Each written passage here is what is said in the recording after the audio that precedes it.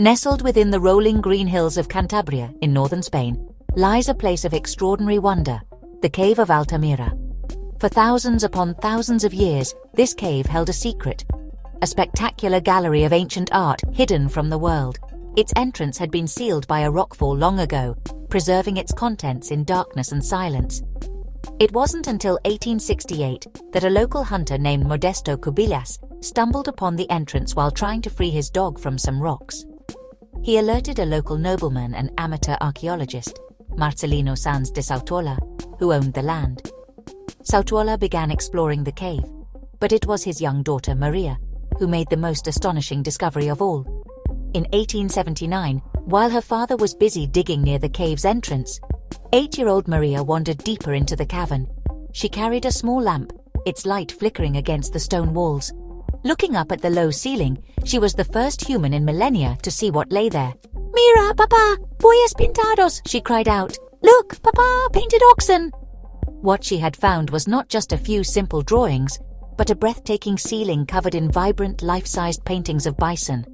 Her father, immediately recognizing the potential significance of the find, was utterly captivated. He had just unearthed a masterpiece, a window into a deeply distant past, painted by hands that had vanished from the earth tens of thousands of years ago. The paintings of Altamira are not just old, they are ancient beyond easy comprehension, with the earliest works dating back some 36,000 years. The most famous polychrome paintings, those stunning bison on the ceiling, were created during the Magdalenian period, around 14,500 years ago. This incredible age places them firmly in the Upper Paleolithic era, a time when early modern humans shared the land with mammoths and woolly rhinos. The sheer quality and preservation of this art led to the cave being declared a UNESCO World Heritage Site in 1985.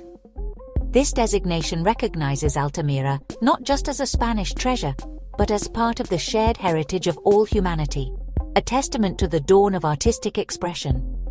The discovery was a profound moment, forever changing our understanding of our prehistoric ancestors. Before Altamira, it was widely believed that early humans were primitive and incapable of such sophisticated artistic creation. The cave's paintings challenged this view directly. They revealed a community with a deep connection to the natural world, possessing not only the technical skill to create lasting art, but also the capacity for symbolic thought and aesthetic appreciation.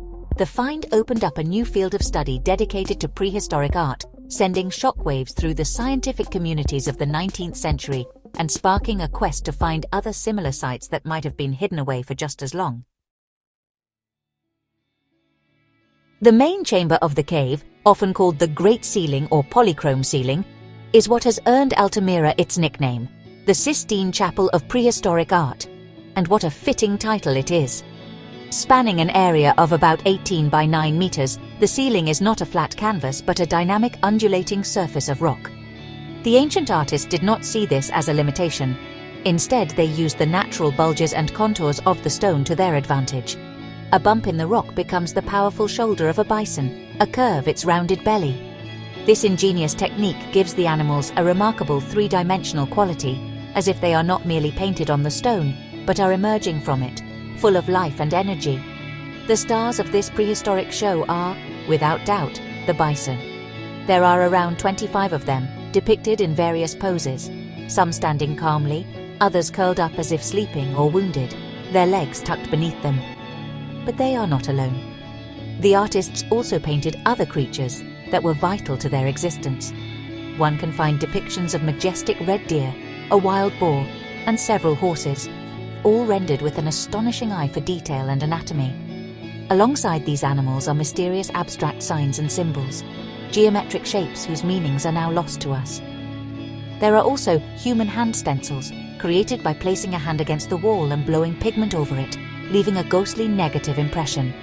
A personal signature from a long-vanished artist. The creation of this art was a complex process requiring both skill and resourcefulness. The Paleolithic painters were master chemists of their time, creating a rich palette of colors from natural minerals.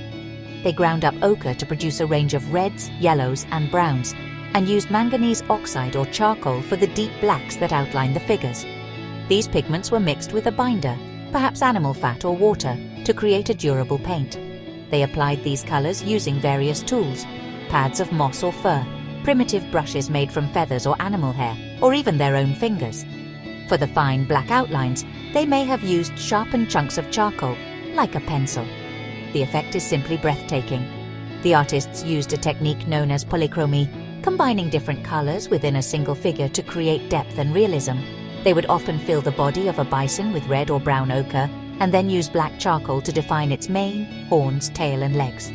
They also mastered shading and engraving, scratching fine lines into the rock surface before or after painting to add texture for fur, or to accentuate the animal's powerful muscles.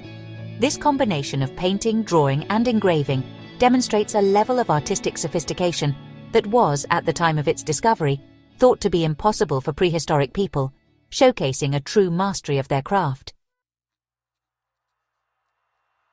When Marcelino Sanz de Sautuola presented his findings to the academic world in 1880, he was not met with the acclaim he expected. Instead, he faced widespread skepticism and even ridicule.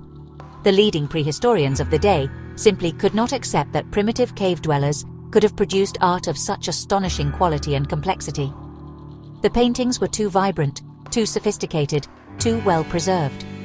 Émile Cartaillac, a prominent French archaeologist, publicly dismissed the paintings as a modern forgery, suggesting that Sautuola himself might have hired an artist to create them. This accusation was deeply painful for Sautuola, who had dedicated himself to proving the cave's authenticity.